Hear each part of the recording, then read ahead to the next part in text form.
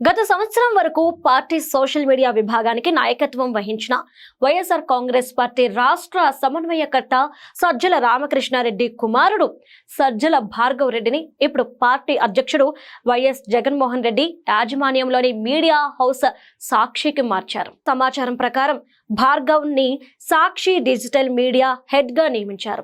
మరియు ఛానల్ మరియు వార్తాపత్రిక యొక్క డిజిటల్ కంటెంట్ కు జాగ్రత్తగా చూసుకోవాలని కోరారు. ఒక విధంగా చెప్పాలంటే అతనిపై వరుస కేసులు నమోదైన నేపథ్యంలో అతను రాజకీయ కార్యకలాపాల నుండి మీడియా కార్యకలాపాలకు మార్చబడ్డాడు. కొన్ని నెలల క్రితం ఆంధ్రప్రదేశ్ ముఖ్యమంత్రి నారా చంద్రబాబు నాయుడు, డిప్యూటీ సీఎం పవన్ కళ్యాణ్, మంత్రి నారా లోకేష్, హిందూపూర్ ఎమ్మెల్యే నందమూరి బాలకృష్ణలపై సోషల్ మీడియాలో అసభ్యకరమైన సందేశాలు పోస్టు చేసినందుకు భార్గవ్ ను ఆంధ్రప్రదేశ్ పోలీసులు ప్రశ్నించడంతో ఆయన వార్తల్లో నిలిచారు.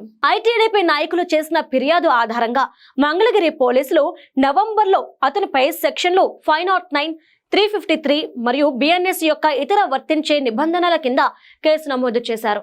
ముందస్తు బెయిల్ కోసం ఆయన సుప్రీంకోర్టును ఆశ్రయించారు. కానీ ఆయన పిటిషన్ కొట్టివేయబడింది.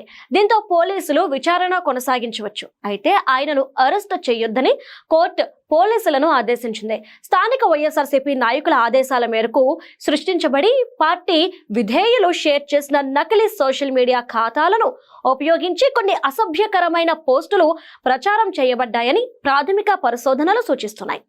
గత ఏడాది ఎన్నికల తర్వాత భార్గవ్ ను వైఎస్ఆర్సీపీ సోషల్ మీడియా హెడ్ పదవి నుంచి తొలగించారు. ఎన్నికల్లో టీడీపీ జనసేన ప్రచారాన్ని సమర్థవంతంగా ఎదుర్కోవడంలో విఫలమయ్యారని జగన్ భావించారు.